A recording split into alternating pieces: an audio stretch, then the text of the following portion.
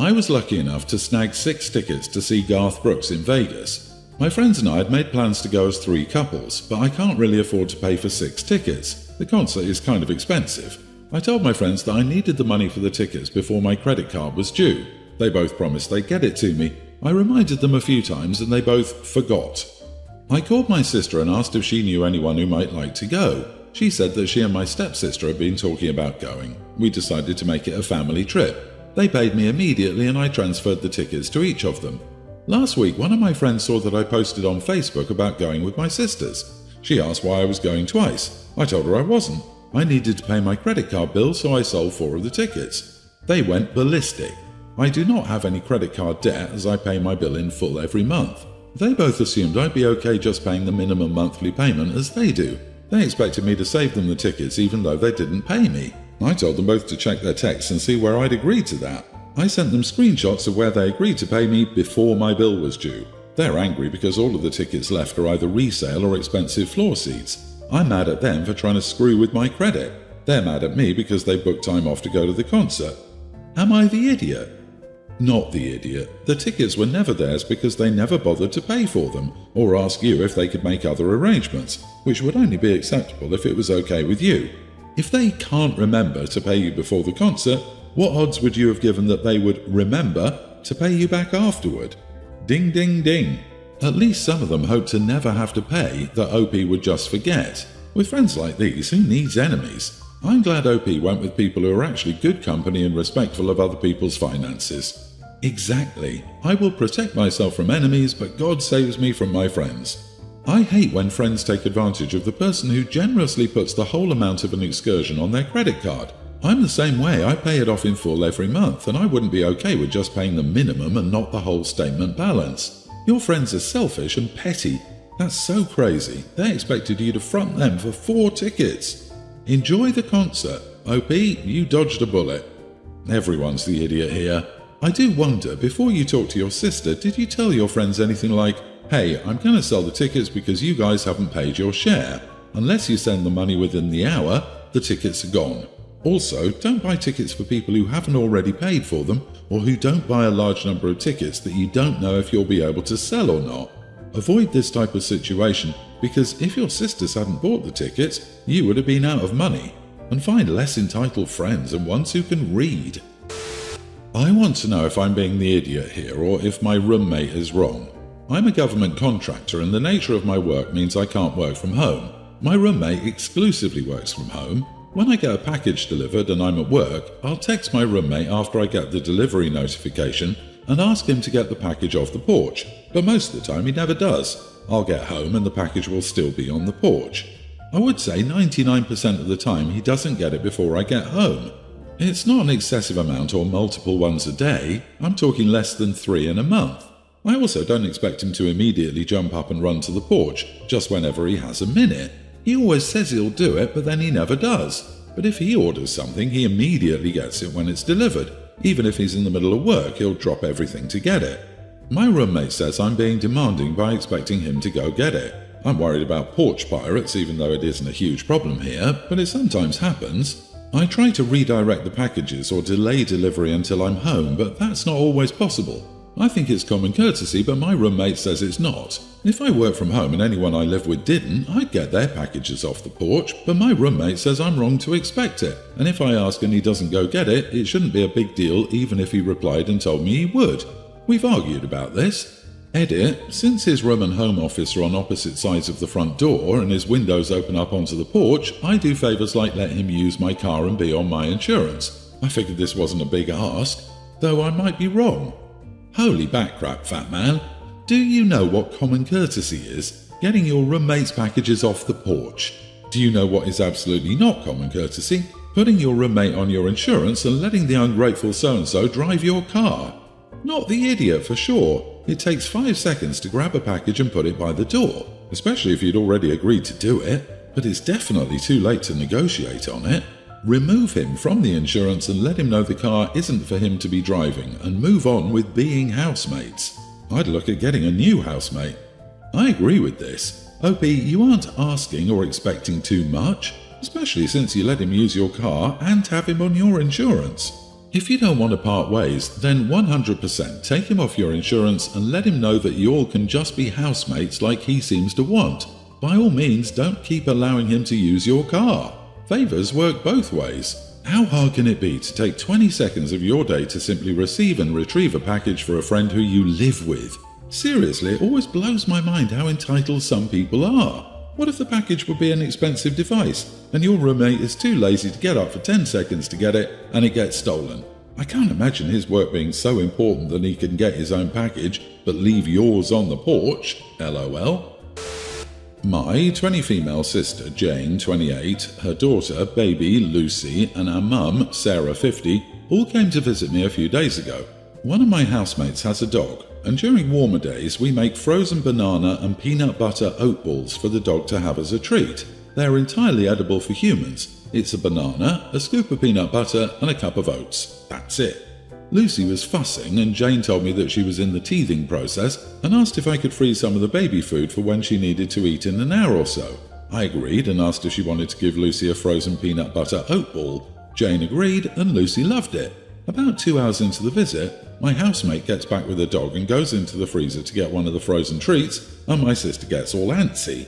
Mum and I ask what's wrong, and she asks if I made the treats for Lucy. I said no, they're technically for the dog, but it's safe for human consumption.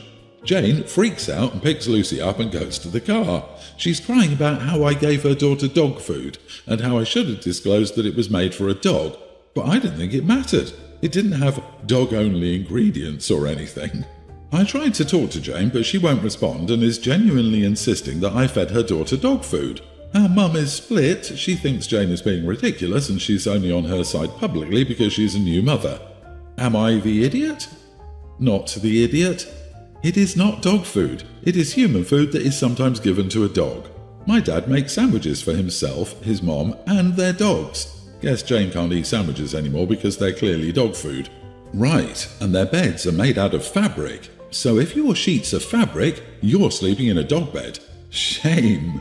Your sister needs to take a step back. This is frankly a ridiculous thing to get upset about. It doesn't matter what the food was made for, it's safe for consumption. I wonder if she knows how many things her baby shoves in its mouth when she's not looking. And she's a new mother is a tired excuse for crap behaviour. Mom's just trying to avoid any conflict and be a people pleaser. She'll say whatever to not upset OP, but since the crazy sister is hard to deal with, she'll drop OP to appease the sister whenever she's around. Coddling OP's sister because she's a new mom will make matters worse. Mom isn't helping. I'm willing to cut an insane amount of slack for the first 3 months because, between the sleep deprivation and the hormones, I think you could be declared clinically insane. But almost a year? If you haven't calmed down by then, you need to be quick because they're going to start walking soon and getting into all sorts of stuff. I, 25 female, have friends, a couple that moved a while back to another state because of college and decided to stay there even after graduating. We keep contact via texting and video calls, but we've never seen each other face to face since they moved. They decided to travel to the city I live in so we could spend time together. We'd all chosen a lot of things to do in the 2 weeks they were supposed to spend here.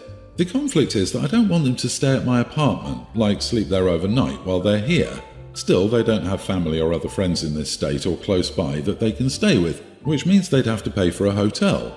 A day ago, when they arrived, we were talking and I asked them which hotel they picked. They were confused and Anna, 26 female, asked what I meant. They thought they were going to stay at my apartment with me. We hadn't discussed where they would stay before they came here, and I assumed they knew they were going to stay at a hotel since they've never stayed at my home like that, and they know I don't let anyone stay over like that, not even my parents or my boyfriend. They said they thought I'd changed my mind about these things, but I never said I had. They assumed I did.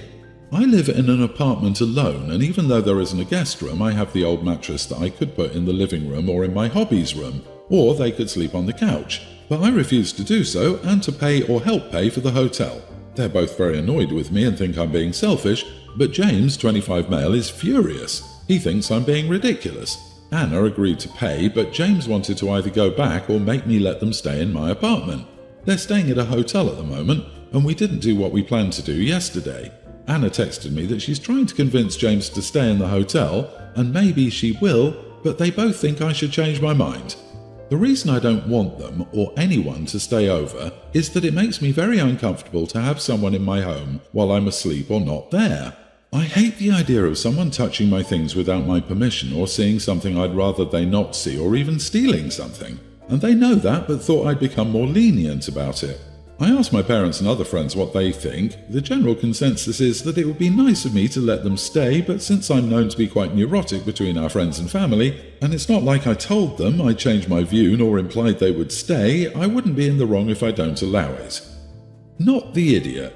The polite thing to do might be to offer to help Anna look online for an inexpensive place for her to stay, and she can let James figure out what James wants to do while you and Anna have fun doing everything on your guy's schedule.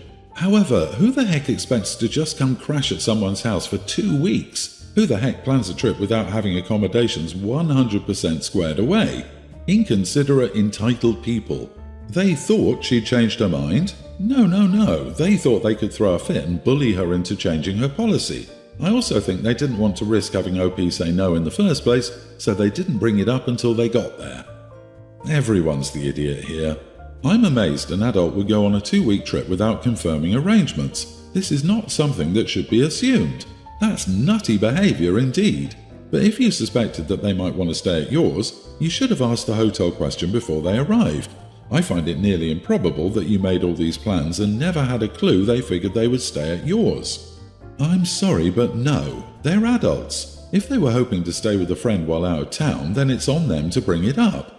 More so because they know that OP is particular about people being in their space. If I had a friend coming in from out of town, I'd probably ask about their plans. But there's a chance that if they were planning a longer stay or other visits, plans, etc., I'd give them the benefit of the doubt that they are independent, functioning adults and had figured it out.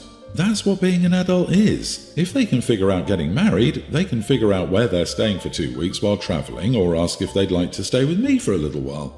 I disagree. You are the idiot, OP, and largely responsible for your own problem. It sounds like it's been a few years, so they don't know anything about you anymore. People change over the length of time it takes to do college, and if you have a problem with them staying, it's on you to make them aware of it. Not discussing it with your supposed friends leaves the impression they're staying with you. It's your issue, you should have said something, especially as last-minute on-the-day hotel finding is not fun and it wasn't a very nice welcome for them. Yes, they could have asked too, but as your friends and your problem, it's more on you than them. I also really hope you're in therapy because being so neurotic that your close friends and boyfriend would steal from you or invade your privacy isn't normal. I have really long hair that goes down to my back. It's about 2 feet of hair. It's always been a strong point of pride because I spend a lot of money maintaining and caring for my hair. My boyfriend has always pushed me to cut it, but recently he's been even more insistent. He handles all of our home's grittier cleaning since I can't handle dust. He does sweeping, wiping down and vacuuming. I handle cooking and cleaning that doesn't make me interact with dust, like dishes, laundry and some of the trash cans. But because of that, he complains that he has to spend a lot of time cleaning up my hair shedding. He says it makes cleaning take way longer than it has to. He says that even though he's responsible for cleaning, I should be responsible with my hair, and if it sheds this much, then I should consider cutting it. But he doesn't want me to go shorter by like an inch or two. He wants me to cut off half of it, so it goes down to just behind my shoulders. I'm unwilling to part with that much, but he insists I should.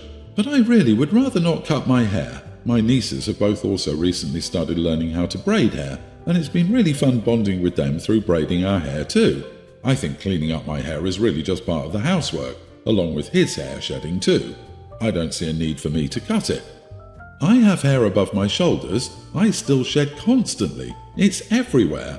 Cutting won't stop the shedding.